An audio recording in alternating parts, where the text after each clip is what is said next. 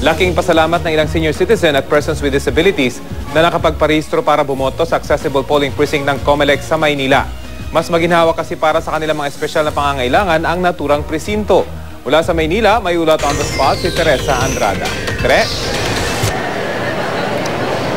Rafi, more than 50% ka naging voter turnout para dito sa special polling precinct ng COMELEC sa SM Manila. Bahagi ito ng pilot project ng COMELEC para mas maging komportable ang pagboto ng mga persons with disabilities o yung PWD at mga senior citizens.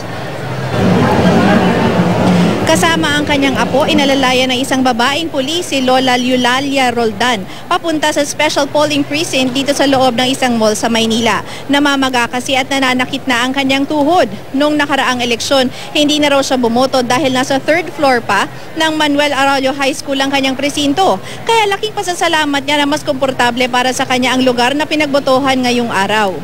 Ngayong araw ipinatupad ng COMELEC ang kanilang pilot project para sa mga accessible polling precincts para sa mga persons with disabilities o PWD at senior citizen. Sa ilalim ng pilot project, 4 na malls ang magsisilbing special polling precinct para sa mga selected barangay. Ang 4 na ito ay sa Maynila, Lipa City sa Batangas, Cebu at General Santos City.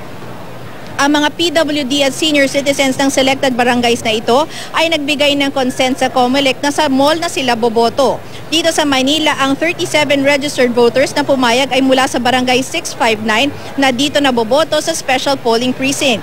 Nasa halos 80,000 ang registered voters na PWD sa bansa as of data ng COMELEC noong 2011. Bago magtanghali nga kanina, Rafi, ininspeksyon ni COMELEC Chairman Sixto Brillantes ang special polling precinct dito sa SM Manila. Ayon kay Brillantes, preview daw ito ng maaaring ipatupad ng COMELEC pagdating ng 2016 national elections. Nationwide, maaari nang itap ang lahat ng malls para doon naboboto ang mga PWD at senior citizens. Pero kung mas malapit naman daw ang botante sa paaralan, kung saan siya nakarehistro, ay pwedeng doon na siya bumoto.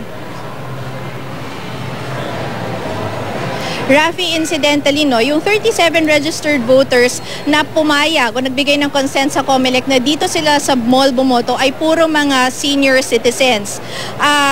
Pero dun sa tatlo pang mall, dun sa tatlong probinsyang nabanggit ko kanina, may mga ilang mga PWDs na nagbigay ng kanilang consent na doon na sila boboto. Sa ngayon, Rafi, ay pasado alauna na, so sarado na yung polling precinct dito sa mall at isa na lamang yung hindi nakaboto base dun sa information na nakuha ng COMELEC dun sa barangay 659 ay nasa probinsya daw ito, kaya hindi na ito iintayin. Rafi? Maraming salamat, Teresa Andrada.